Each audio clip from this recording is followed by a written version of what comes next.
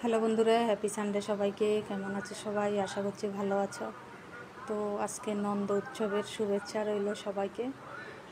গতকাল জন্মাষ্টমী গেল, গতকালও আমি নিরামিষ খেয়েছি।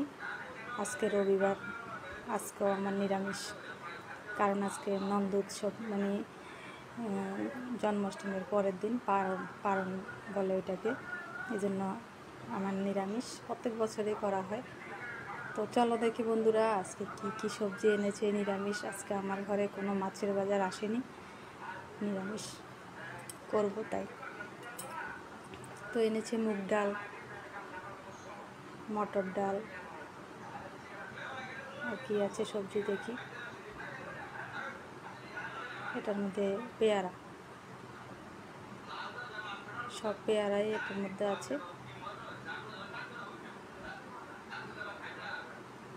এটার মধ্যে টমেটো, কাঁচা লঙ্কা আছে, একটা বাতাবি লেবু।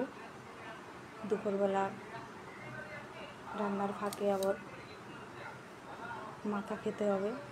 বাতাবি লেবু আর পেয়ারা, বরবটি এনেছে, বাঁধাকপি এনেছে। আর ব্যাগটা করে ঢেলেই দেখছি আমি আর কি কি আছে।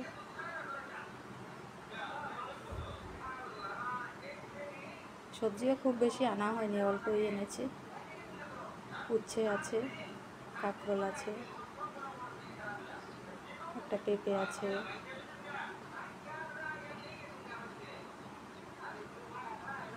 লেবু আছে,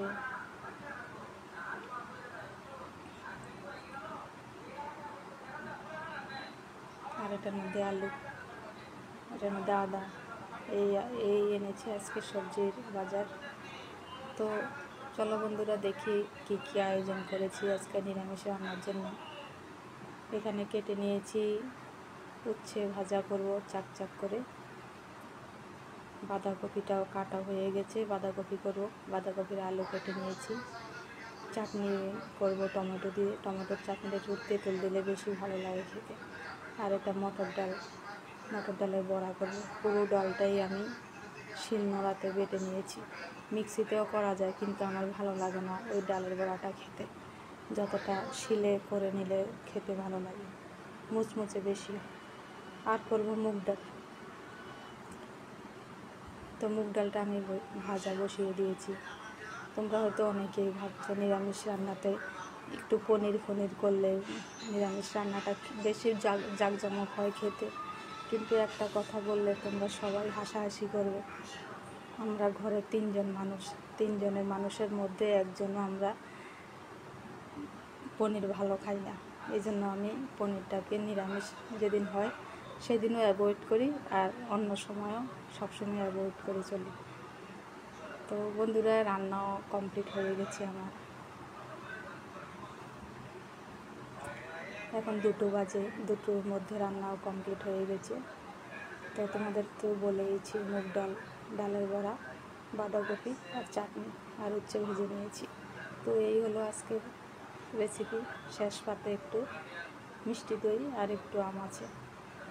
তো টাটা বন্ধুরা সবাইকে। সবাই দুপুরে খাওয়া কমপ্লিট করে ফেলো, আমিও বসে পড়ছি তাহলে। তো টাটা, সবাই ভালো থেকো, সুস্থ থেকো।